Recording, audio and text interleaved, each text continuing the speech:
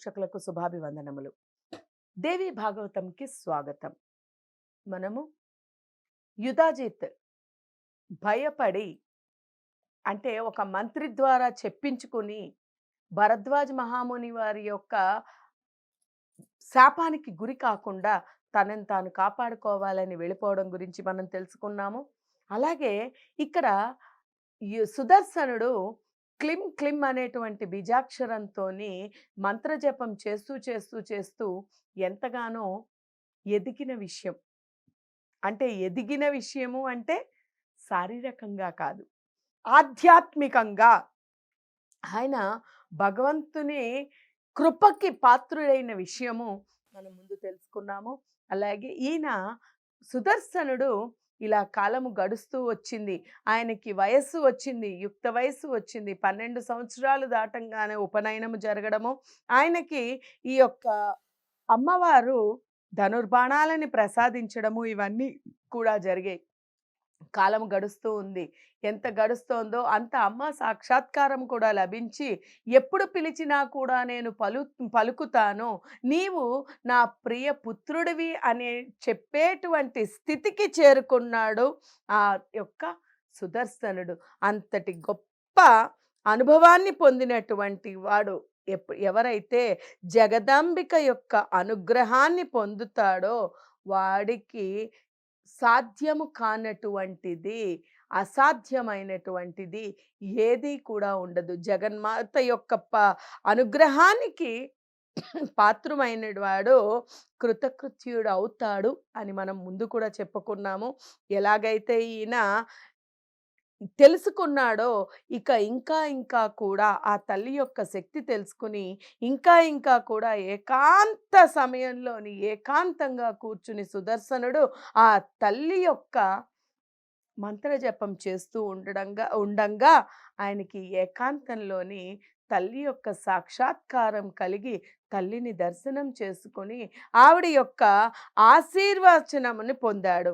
అలాగే ఆవిడ ఎలా వచ్చింది అంటే రక్తాంబరధారిణి, రక్తవర్ణ అంటే రక్తవర్ణ అంటే ఎరుపు వర్ణము, ఎరుపు వర్ణముతో కూడినటువంటి వస్త్రముతో పాటు ఎరుపు వర్ణంలో ఉండేటువంటి ఆవిడ యొక్క దేహము ఈ రకంగా రక్త సర్వాంగభూషణ, ఆవిడ అలంకరించుకున్నటువంటివి అన్నీ కూడా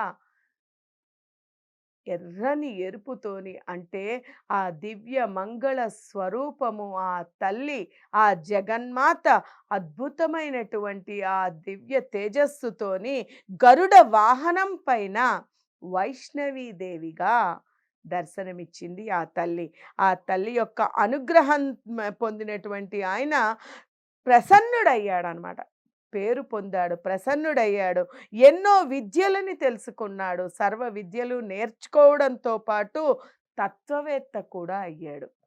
ఈ రకంగా ఈయన అయినటువంటి ఆయన గురువు యొక్క ఆశీర్వచనం ఉంటే ఏదైనా లభ్యమవుతుంది అనేది మనం తెలుసుకోవాలి. ఇది ఇలా ఉండంగా అదే సమయంలోని శశికళ అంటే వారణాసి రాజు కాశీరాజు అయినటువంటి కాశీరాజు కుమారుడు శశికళ. ఈవిడ స్వప్నంలోని అమ్మవారిని దర్శించుకొని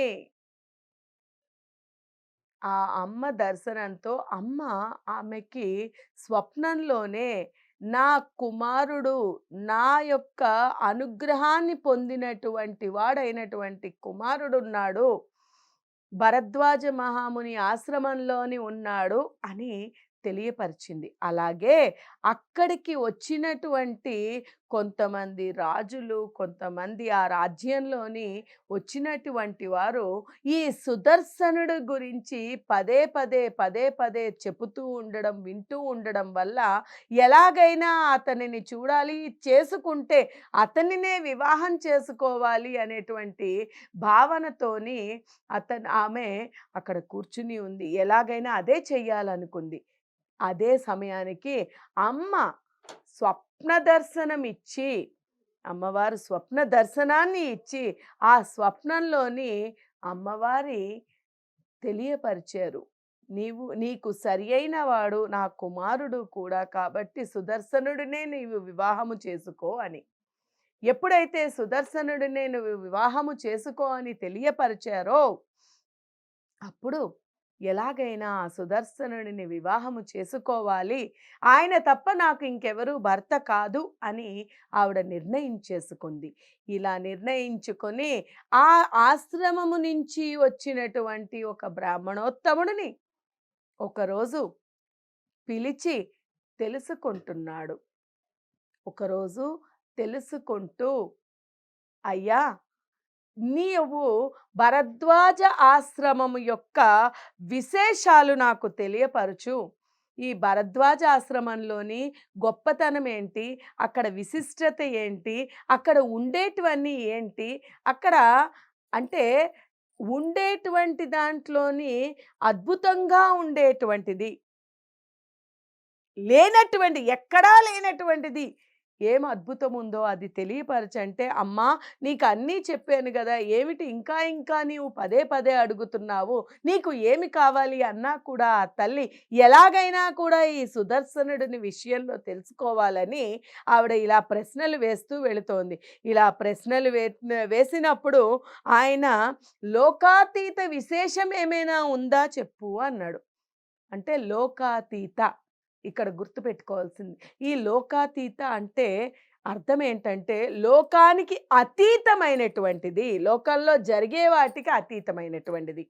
ఇక్కడ ఆశ్రమము అనంగానే బ్రాహ్మణోత్తములు, ముని పుంగవులు, ముని బాలకులే ఉంటారు. అంతా కూడా ఈ యొక్క బ్రాహ్మణ కేవలము సద్బ్రాహ్మణులు, మునివర్యులు యజ్ఞ యాగాలతో భిక్షాటనతో జీవించే వాళ్ళే ఉంటారు అసలు ఆశ్రమవాసులంటే. అంటే లోకానికి అతీతంగా ఉండేటువంటిది ఇక్కడ ఉండేటువంటిది భరద్వాజుడు. ఆశ్రమంలోని సుదర్శనుడు ఉన్నాడు. అంటే ఒక రాకుమారుడు అక్కడ ఉన్నాడు. ఆ విషయం తెలుసు కాబట్టే ఎలాగైనా ఆ విషయాన్ని ఆయన ద్వారా తెలుసుకోవాలి. ఈ ఈ యొక్క సుదర్శనుడి వివరాలు తెలుసుకోవాలని అడుగుతుంది. ఎప్పుడైతే అడుగుతుందో తక్షణమే ఆ మహానుభావుడు, అమ్మా, నీవు అడిగినట్టు అంతా కూడా ఆశ్రమంలో ఎలా ఉంటుందో అలాగే ఉంటుంది, కానీ లోకాతీతమైనటువంటి ఒక విషయం ఉంది. అదేమిటంటే అక్కడ సుదర్శనుడు అనేటువంటి వాడు ఒక రాజపుత్రుడు ఉన్నాడు. ఆయన అన్ని విద్యలలోకి కూడా ధనుర్బాణం అన్ని విద్యలో కూడా చక్కగా అభ్యసించినటువంటి వాడు, భగవద్ అనుగ్రహాన్ని పొందినటువంటి వాడు, ఎంతో కోమలంగా ఎంతో మృదువుగా ఉండేటువంటి మంచి బాలుడు, రాజపుత్రుడు అక్కడ పెరుగుతూ వస్తున్నాడు. అక్కడ ఆయనకి ఎన్నో విద్యలతో పాటు ఎంతో అనుగ్రహం, భగవద్ అనుగ్రహంతో పాటు గురువు యొక్క ఆశీస్సులు కూడా కలిగి ఉన్నటువంటి వాడు అని ఆయన గురించి చెబుతూ ఉండేసరికి ఇంకను ఈ శశికళకి ఎలాగైనా సరే ఆయనే నా భర్త అని మానసికంగా కూడా, అంటే మానసిక వివాహము మనం ఇదివరకు ఒకసారి చెప్పుకున్నాం. మానసికమైనటువంటి అంటే సంకల్పం, మానసిక సంకల్పం ఉందంటే దానిది ఇంత అంత కాదు. మానసికంగా ఆమె భర్తగా అప్పుడే భావించేసింది. ఇక భర్తగానే భావిస్తూ వస్తోంది. ఆయనని తలుచుకుంటూ ఆనందపడిపోతూ ఎంతగానో ఆనందపడుతోంది. ఈ పడుతూ ఉండే సమయంలోని చెలికత్తెలు ఏమిటిది, ఏమి ఈ విపరీతం అని తెలుసుకొని ఆవిడ ఆనందానికి స్వప్నంలోని ఆయనని దర్శించుకుంటూ స్వప్నంలోని ఈ యొక్క మునివర్యుడు చెప్పినటువంటి బ్రాహ్మణోత్తముడు తెలిపినటువంటి విషయాలని పదే పదే గుర్తు చేసుకుంటూ ఉండడంలోని స్వప్నంలోని ఆయన యొక్క సుదర్శనుడి యొక్క సుదర్శనుని స్వప్న దర్శనము చేసుకొని ఇంకొంచెం ఆయనతోని మోహంలో పడిపోయింది. ఈయనే నా భర్తని. ఇది తెలిసి చెలికత్తెలు సైతం ఆశ్చర్యపోయారు. ఈ తల్లికి తెలుస్తుంది ఈ విషయము. ఏమిటి విపరీతం అనేటువంటి విషయాన్ని తెలిసి ఏమిటి దీంట్లోని అర్థం పరమార్థం అని తెలుసుకొని ఎలాగైనా తెలుసుకోవాలని తల్లి తెలుసుకుంటుంది. తెలుసుకునేసరికి ఈ యొక్క కుమార్తె అయిన శశికళ ఒక రాజ్యభ్రష్టుడైనటువంటి సుదర్శనుడి యొక్క ప్రేమలో పడిందని విషయం తెలుసుకుంది. ఈ విషయాన్ని తండ్రి ద్వారా తండ్రి దాకా తెలియపరిచింది. ఎవరైనప్పటికీ చూడండి, దైవానుగ్రహాన్ని పొందినటువంటి వాడన్నప్పటికీ కూడా అది గుర్తించడం అంటే బ్రహ్మ విద్యని, దైవానుగ్రహాన్ని గుర్తించడం అంత సులువు కాదు. ఎందుకంటే లౌకికమైన విషయాలు ఇదే శాశ్వతం అని భ్రమపడుతూ కేవలము ఈ యొక్క సంసారం అనే జీవితంలోని ఈ చక్రంలోనే పడి కొట్టుకునే వాడికి, భగవంతుని యొక్క శక్తి తెలియని వాడికి, వాడికి తెలియదు, ఆ రుచి తెలియదు కాబట్టి తన తండ్రి అయినటువంటి ఈ యొక్క కాశీరాజు, అయ్యో రాజభ్రష్టుడికి నా కుమార్తెని ఎలా ఇవ్వగలుగుతాను, అతను ఒక రాజభ్రష్టుడు, రాకుమారుడు అయినప్పటికీ కూడా రాజ్యము లేదు, బలము లేదు, సైనికులే లేదు, ధనబలం అర్ధబలము లేదు, సైనిక బలము భుజబలము లేదు, ఎటువంటిది లేనప్పుడు అటువంటి వాడికి నా కుమార్తెని ఎలా ఇవ్వగలుగుతాను, ఎలాగైనా సరే ఈమెని అందులో నుంచి బయటికి తీసి వివాహము జరిపించినట్టయితే ఆమె అందులో నుంచి బయటికి వస్తుంది, ఇక బాధ లేదు అని చెప్పి రాజులందరినీ పిలిచి స్వయంవరాన్ని ఏర్పాటు చేశాడు. ఏర్పాటు చేయడానికి నిర్ణయించుకున్నాడు. స్వయంవరాన్ని ఏర్పాటు చేసి తన కుమార్తెని ఏదో ఒక రాజుకిచ్చి వివాహం చేయాలని నిర్ణయించుకున్నాడు. ఈ విషయము తల్లి మరి ఒక్కసారి మందలించి ఎంత చెప్పినానో, నా భర్తగా నేను కేవలం సుదర్శనుడినే స్వీకరిస్తాను అని చెప్పడంతో చేయగలిగినది లేక ఈ యొక్క స్వయంవరము పనులు చాలా చురుకుగా నడుస్తూ ఉన్నాయి ఆ రాజ్యంలోని. స్వయంవరానికి ఎక్కడెక్కడ రాజులు, శ్రీమంతులు అందరూ కూడా చేరుకున్నారు. స్వయంవరానికి ఇంకా సమయం దగ్గర పడుతూ ఉంది. ఈ సమయంలోనే ఎలాగైనా సుదర్శనుడిని కూడా అక్కడికి రప్పించాలి అనేటువంటి ఆలోచనతోని ఆ యొక్క శశికళ భరద్వాజ మహాముని వారి ఆశ్రమానికి ఒక బ్రాహ్మణోత్తముడి ద్వారా తన మనోసంకల్పము, తనకి అమ్మ యొక్క ఆశీస్సుల గురించి ఒక లేఖను రాసి సుదర్శనుడికి పంపిస్తుంది.